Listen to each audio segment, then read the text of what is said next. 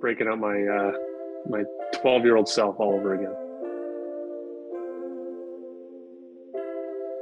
Yeah, this was sent to me by an advisor as a birthday present. It's like all the 1990 influential. Yeah, so you got. I mean, Kobe's probably the youngest guy on here, wherever he is.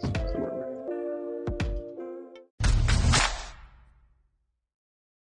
We can go anywhere with this conversation. I'll let you kind of start, and then we'll go from there.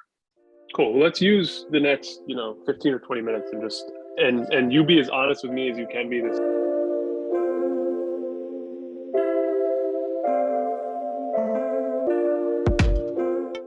Yeah.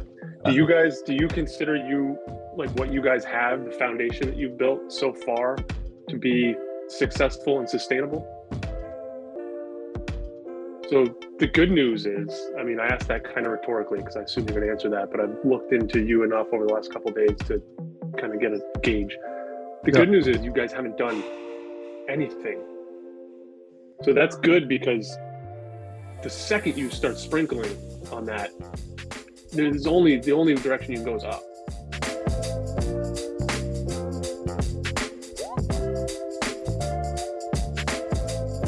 How are you bringing in business today? Is it purely referral-based kind of people that you've engaged with in the past? And how, I mean, the answer is you're not, but how do you anticipate getting in front of those people? So once you saw marketing start to take hold, your ants and angst would fall back a little because you feel like there's something happening. I think today you probably look at it and you're like, we've got nothing, I've got to do something.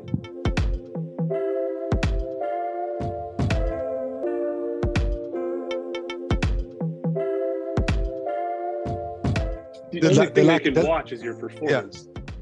You got to give them something else. Let's give them something else to look at.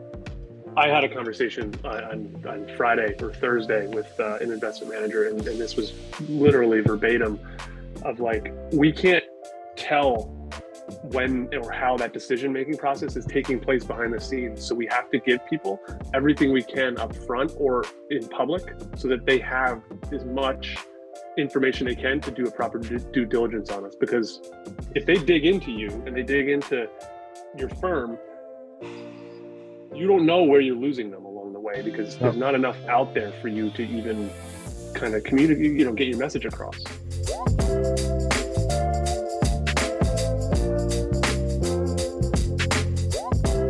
Look, man, what you need is super simple. It's going to be on you, and I don't know what you have for capacity between you and the people that you work with in your team, and how much content you guys can create on your own and generate. It's very simple. You guys just need to be more frequent. You need to have more consumable content, which I would just engage you in, turning some of those white papers and that thought stuff you have into attractive quote cards with a silhouette of your picture, or one of the, something that gives people a way to digest it with 2 sentences, and then it expands into something more. That YouTube video you did on, I think it was last year, your clip there, why are we not telling that story? The question was asked, why did you start your own firm? And you answered it perfectly and eloquently. And yes, it's you on a video with 6 other people. That's hard to use, but why don't we ask those questions and then you answer them and have a series of videos, 3 minutes, 2 minutes, 4 minutes, a long one that's 11 minutes that talks about, all the things.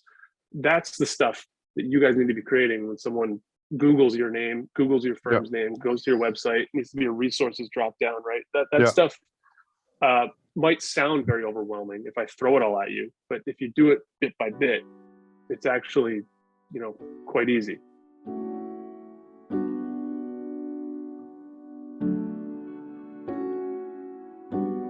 It's relatable. It's you and the firm in front of the high net worth client or the family office, and then they at least can make an opinion on you guys.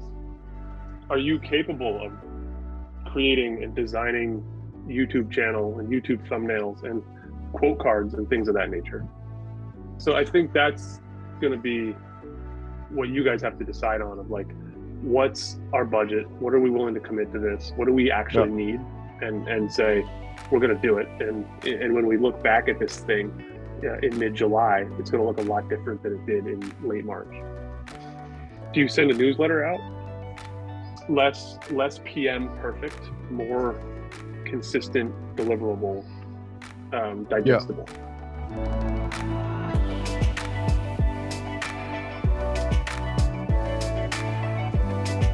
I would build the foundation of the stuff.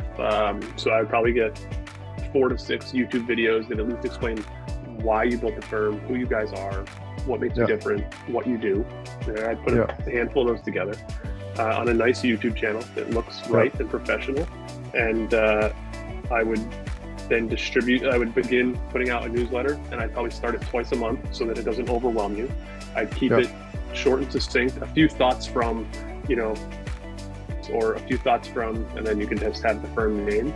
I would recommend the email comes from you, or at least it's authored by you from the firm so that it's got a personal thing. No one likes to read from robots. And then in the bottom of that, I'd have one of the videos or 2 of the videos so that starts to get people in the rhythm of consuming your content. I would then mimic the behavior on LinkedIn. I would find quotes that I wrote on that newsletter or a previous white paper, clip them out, put them in a nice graphic, and start to distribute that stuff consistently on LinkedIn.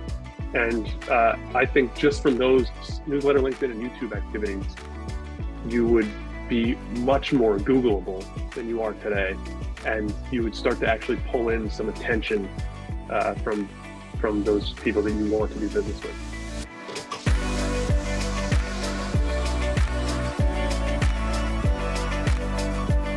No one's doing it.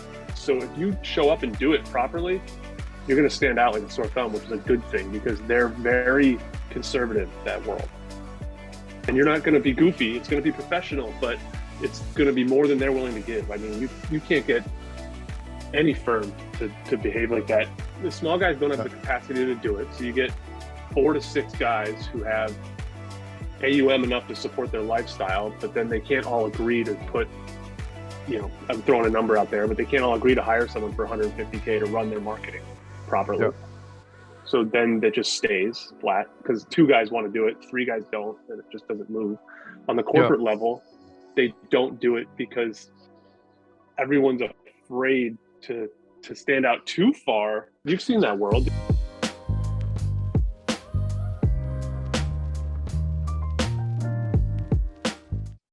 But you got to give them something to look at. That's the thing here. Like I use that hood example.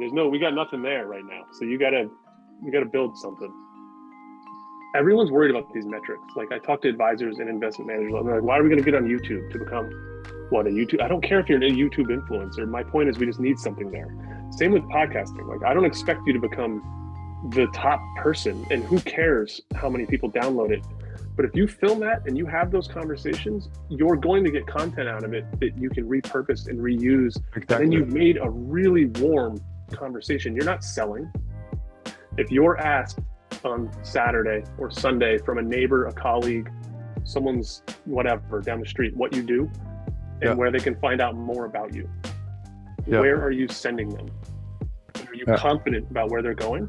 And where you send them, tell that story.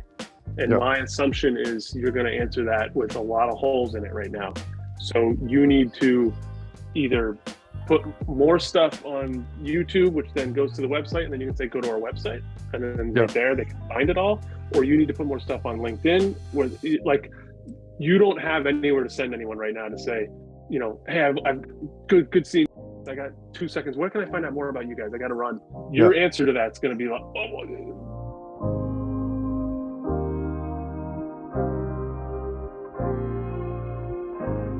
one of 2 ways. I'm either going to consult you and we're going to dive deeper into this stuff, and I'm going to give you literally homework of you've got to do this, you've got to do that, you've got to I'm going to tell you exactly what to do as if I worked down the hall at your firm, but I'm not going to roll my sleeves up and do it for you. You've got to do it. So that's going to be the consulting aspect of it. Or on the flip side, which I work more with investment managers on this because they just don't have the capacity to hire and do it. They pay me to actually create the content for them, consult. It's a full-on thing. We're going to set meetings, and then you're going to get a folder back with all of it curated and ready to go.